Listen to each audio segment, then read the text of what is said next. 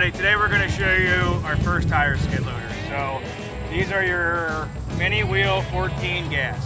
So MW14G. Unlike a lot of manufacturers, our numbers, we try to make sense. We try to make some matter of what each one is. So as you can see, about a 6'4" range for max lift. They are self-leveling. They have the auxiliaries with the relief valve. And then these ones, you only have 2 sticks. So it's kind of like a case H pattern setup. So side to side is up and down, side to side is curl, and then just standard skid loader for front and back. And then you have your auxiliary right here. On the back side, we have our oil cooler, we have a Briggs & Stratton XR, and everything else is pretty self-explanatory, pretty simple stuff. We're gonna do a quick video here on it, but I mean, nice heavy 1-inch steel here in the back. I don't think you're gonna bend that. If you do, you did something really nasty to it, so it wasn't because of the machine. The same with the arms. You got 1/2-inch steel, you got tube steel, 43 inches wide, 700-pound capacity. They weigh in at like 1,600, so it's very simple to throw in the back of a pickup, to have in the back of the garage. It's not a big piece of equipment. You can also put a snow blade on them, you can put backhoes on them, you can put forks on them and grapples. I mean, you can spend more on attachments than the machines because these come in under $10,000. So I'm pretty sure it's gonna be the only person that speaks English selling a machine with a name on the side that is under 10,000 in a tire skid loader.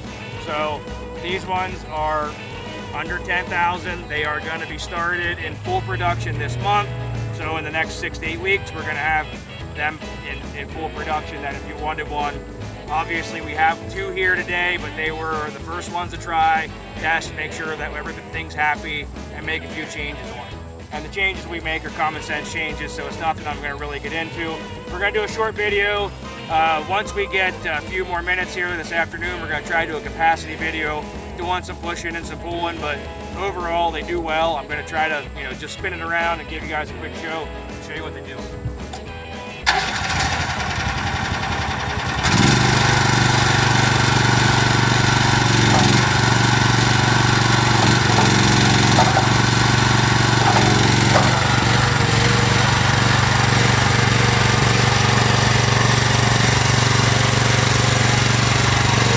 Like I said, self-leveling, so if you put this level, as you come up, it's self-leveling, so you don't got to touch it again.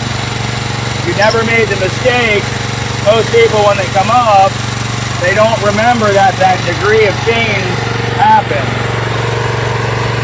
And they end up dumping the stuff back on themselves. So you're not going to have that problem. You're not going to dump it back on yourself. And you're not going to lose your load as you go down. Because if it wasn't self-leveling, it would look like this. As you come down, that degree of change puts it further down. So,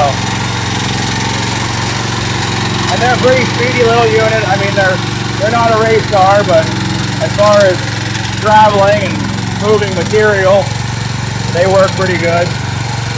And then, like I said, your H pattern, so side to side, runs you up and down, side to side, does your curl. And then all you do is you drive her. And I mean, it'll take your sawing up pretty quick.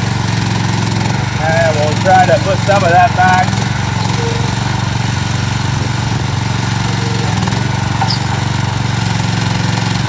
And I mean, just to be sure everybody realizes, I'm operating the machine.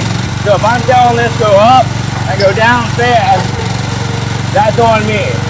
You can go up or down nice and slow as well. So there's no jerkiness. I know in a lot of our videos we get comments about jerkiness. It's not jerky.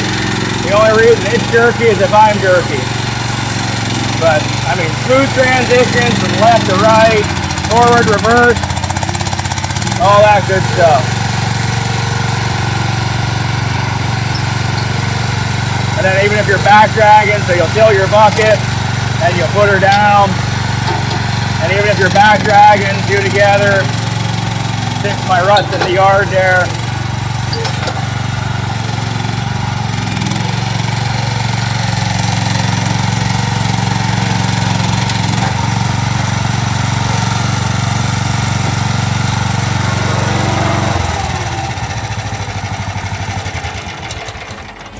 So again, a very simple machine. I mean, we try to stay with the basics. This one's got a kill switch on the bottom, oil drains on the bottom, simple choke and throttle together. Hydraulics are right up here with your other sticks. Hydraulic connects are right here. So other than that, very, very simple unit. Has the bump stops for the boom, and other than that, there's not really much to them. The nice thing about a mini skid is, again, it doesn't take up a ton of room. So if you're looking for something to plow snow, if you're looking for something to just not break your back, to help you out around the house, that you don't got to pick up heavy stuff, you can throw forks on, it'll pick up your logs, it'll help you buck your wood. You can throw a grapple on, it'll get your brush out of the way. So they're a very versatile unit. Again, under 10,000, I know there's not a Vermeer or a Boxer or a Bobcat on the market under 10,000. Not that has any kind of warranty, not that you're going to talk to someone, they're going to tell you about the machine. I understand it's not a Bobcat, so it's supposed to be cheaper, but that's what I'm getting at. It's a third of the cost cheaper than, or let's say half. Let's just be very fair and go half. And, I think it's closer to a third.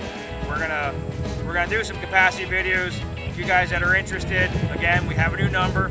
Landlines are now 570-837-1003 or 570-837-1016. If you guys are interested, give us a call. Again, they'll be here in a few weeks for the ones that we're gonna advertise and mark, but if you guys are interested, it'll be a few weeks. We'll have them back in stock. Everybody on our dealer side is gonna have some in their stock, except for I think 3 or 4 of them, but the majority have ordered them, so most of you guys can just go to your local dealer, pick one up, and then go that route. We'll catch you guys later. We appreciate everybody watching, and we hope you guys have a good weekend.